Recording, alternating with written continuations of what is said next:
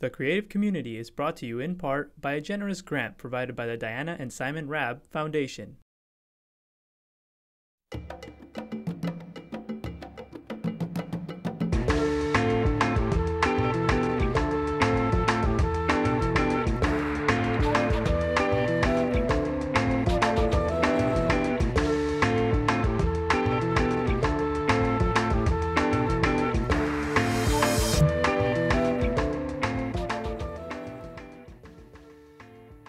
Welcome to the creative community.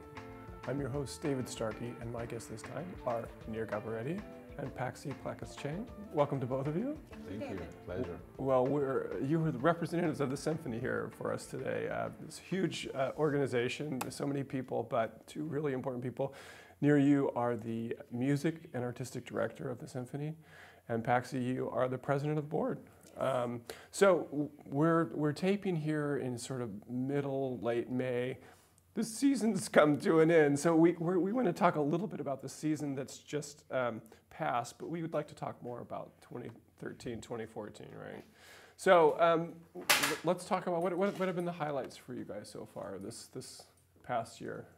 Well, this was our anniversary season, 60 years of music making and this community, and one of the missions, the visions that we have about this symphony is to be really an important part of the community. And so we had this last season a lot of collaborations with other arts organizations like Choral Society, the Choir Voices, different choral groups. We had a collaboration with the State Street Ballet, meaning that we invite them to perform with us, one of the masterpieces, Stravinsky Firebird. And we had other collaboration, multimedia concert with a painter that is drawing life to the music of Glazonov's Season. So this is part of our DNA to provide also opportunity for people in the community to witness music on other levels, not just the audio. Exactly. Yeah. And we had, of course, continued the performing the big masterpieces of the repertoire. If it's a Brahms symphony that we did, Beethoven Fifth, important artists like Andrew Watts, one of the leading pianists for decades in the United States, opened with us this season with Rachmaninoff's Second Piano Concerto. So all of those are part of our mission to bring music to this community. Yeah. Well, Nir, you were on the program almost the moment after you stepped off the plane in Santa Barbara. You were here, and it's been a while now. Is this vision of the symphony, does it kind of live up to what you'd hoped for? Absolutely, absolutely. I'm extremely honored and happy to be part of this family because it continues to grow on all levels, on organization level, and that means financially, etc., but also musically. And we can now take the challenge of pieces that maybe a few years ago it would probably not be the right thing. But I think we've done a huge step forward on many levels, as I said. Part of it was the moving to a new theater. Also, we had massive auditions. So our orchestra is, I would say, at least half of the members are new if I compare it to the colleagues with whom I started. Wow. And that's very natural I mean, maybe not to that extent, but orchestra has a tradition by musician who plays together, and then some are retiring, moving on, quit, whatever, and new generation of musicians are coming, and so the new colleagues has the chance to play with the colleagues that were there before, and they carry the what we call the tradition. You know, if you think about the New York Philharmonic or something like that, they played the New World Symphony that Dvorak wrote for them, basically, and so colleagues were playing it. Then after Dvorak passed away, the colleagues would tell the new colleagues how to play it. Until today, we can probably say that's how the composer wanted it. And it's pretty much what's going on here now. And but we had it in a much faster, because when I came, there were a lot of vacancies. So we have now musicians who come really from the entire nation. And some of them commute from New York, from Connecticut, from Texas. Right. Yeah, and I know that was part of your original goal, was to make the orchestra more national, international. Yeah, we are part of a big organization, which is the American Symphony League, and so everything we do is advertised nationwide. So in every audition we have, it's open for everyone, and knowing the situation now, how difficult it's for a musician to find a job. A lot of graduates from Juilliard, from Indiana, from Cleveland Institute of Music, from Peabody, Curtis, just name it, and of course from UCLA, USC, etc. They would like to take the audition. So we take the best we can. Yeah, that's great.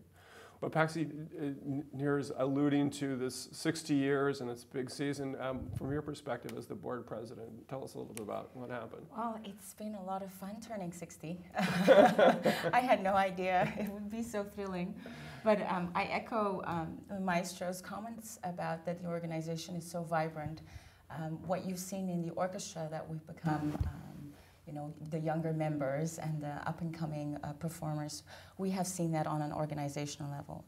The board, for instance, we had a complete, I would say, change over the last 5 years. And a third of our board members, we have 31 board members, and a third of those board members are 55 and younger. Mm. Now, for a performing arts organization, that is pretty unusual, nationally speaking even.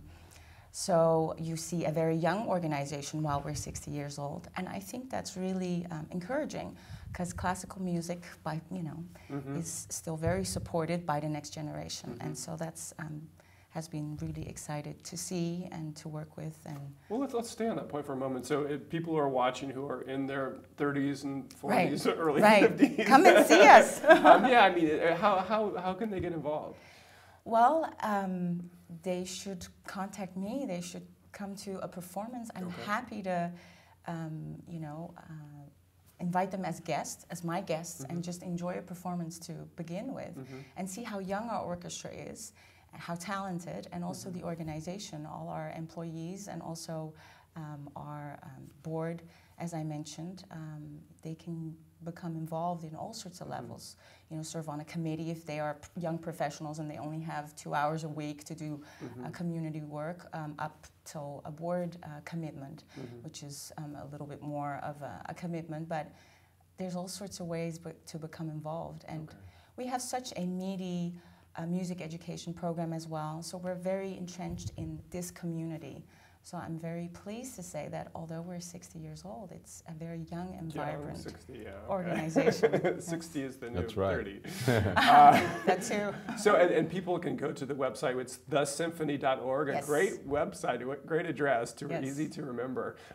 Nir, I was asking you before the cameras started rolling, what's been your biggest project of the year? And you said, well, it's just about to take place. Can you tell us more about that? Our season end concert we performed. We wanted to conclude this season with something that's really very exciting and difficult to put together, because it's a lot of components that are coming to place at one time, and that's a Mahler Second Symphony. And when I'm saying complicated is maybe if you hear it, you don't realize, but Mahler wrote for a small band that is playing backstage, which has to be synchronized with the orchestra that's going on. And then, of course, there's a huge chorus, and we invited all the important vocal institutes in town. So we have different choruses, including the Choral Society, the Choir of Voices. There are members of the Master Chorale, and 2 soloists as well. So just to organize this, we had to extend the stage. This is a fairly big, one of the most, probably among them, I would say 5 biggest pieces ever written. And just technically to get at, and musically, of course, it's beyond everything that we could dream about, because Mahler also touches some of the essential questions in life, what life means, what comes after life. So it's really a life experience. Yeah. Well, I know that professional musicians are used to working on only a few rehearsals, but this must be a big challenge for everybody. Absolutely. But it's a professional orchestra, and what I mean professional means that we come prepared. So everybody does its role before, and when we come together, then we touch interpretation things and really try to see things that you cannot rehearse alone. But the main preparation is actually made before we come on stage, and that's very normal. And it's amazing what this organization made in 60 years, because to put such a Mahler music in 4 sessions, what's the norm for the union orchestra is really a big challenge. By the way, very different from European way of work. As I do work in Europe, we have much more than that, and normal rehearsals are longer as well. So I would say the conditions are a bit easier, but here the musicians are so well prepared, so that's enough for us. Well, as the board president, you worried about anything in particular? Well, of course, but I mean to add to that, I have 2 musicians staying with me, and I hear them, play the entire day in my that's all house. they're doing. So that is really true that they Right. get to the rehearsal so prepared already. Yeah. That it's a matter of maybe putting it all, the pieces together, Right, the components. right. Yeah. But they're all highly professional people. And I have been really proud of that because there's a lot going on in this town, obviously. But we've been able to employ 200 people in our own region, and that's just thrilling to me. My gosh, yeah. That we support our own region, and also that we don't only provide a professional stage to acclaimed musicians, but also young and upcoming. And that's really been a mission of ours, that we support the young and upcoming soloists, but also composers and conductors. So that's a great element, in that. Absolutely. Yeah. Well, as you finish the season up, there's a sort of summer hiatus before. No hiatus. Well, I was going to say there's a sort of official lull in the calendar, but what's happening during that time? Well, actually, in June we're collaborating with the Granada Theatre, My Fair Lady. So that's going on, and the Symphony will be on stage performing for that. And so over the summer we prepare for the upcoming season. I think, yes, there's no performances per se. In October we start the season again, but there's a lot of preparation that goes into that before we kickstart in October. And it's mainly, we look at the strategic plan, are we on track? We look at, our marketing and development and preparing for our education suite. I mean, we have 7 programs in the suite, which is unparalleled to, any organization in town. So we have music exposure from 3rd graders all the way to participatory programs, ending with a youth symphony for 60 to 70 high school students. Oh, that's great, yeah. So all that needs to, take preparation. That's a lot of organizational effort, yes, yeah. Right. Yes. I mean, we go into almost 50 schools every season. We bring, almost 3,000 children into the Granada every season. And we are in all 9 elementary schools in the Goleta Union School District, that's great, yeah. where we offer free music lessons. So there's a lot of That's preparation. a lot of great stuff, Yeah. Well, let's segue into October, and I've got the help of this little brochure, but I know that the 2 of you know what's going on. Let's hear you talk us through the season to come. So when people are watching this, they can go out and buy their season tickets for 2013, 2014. I wanted just to comment on this. What do we do in summer? Well, of course, we do continue to perform. The musicians, a lot of them do Hollywood Bowl Orchestra, some other jobs, and of course I also work. But the summertime really brings us a little bit more of relaxed time to concentrate of how do we want to improve our artistic product and how do we program. So talking about the program that we will hear next year, actually I've started more than a year ago over the summertime to think of a draft of pieces that I would like to perform, and then I have an artistic team which includes people from the board, from the management, and some other community leaders or music lovers. And so we work for a few months to identify what is really the best for this community. And I want to make sure that people know that this is really designated for Santa Barbara, which will be a bit different if the orchestra would be in Munich or in whatever. So we open with The Planets, Holst, one of the most remarkable pieces, symphonic pieces, and in our vision, we would like to highlight things. This is a piece that's very often played, but next to that, we play a piece that is very rarely played, is a concerto for percussion, which is also an instrument that not normally would get the attention, but it's such a great piece, and it was inspired by Richard Wagner, the German opera composer, who has 200th anniversary this year. So inspired by Wagner, that's what we would like to do. And we add to that an overture by the composer. By the way, there is no symphony by Wagner that I could program. So at least something in his spirit. And we have one concert dedicated to another opera composer who has also the 200 years anniversary. That's Giuseppe Verdi from Italy. And so we have an entire program which highlights some of the most known and famous tunes from his opera, from early opera, from the Middle Time. So that'll be Nabucco and Traviata and Othello, etc. And it's quite remarkable. Two composers were born exactly the same year, and both of them never wrote symphonies, but they were really operatic people. Yeah. We do bring them to the symphony.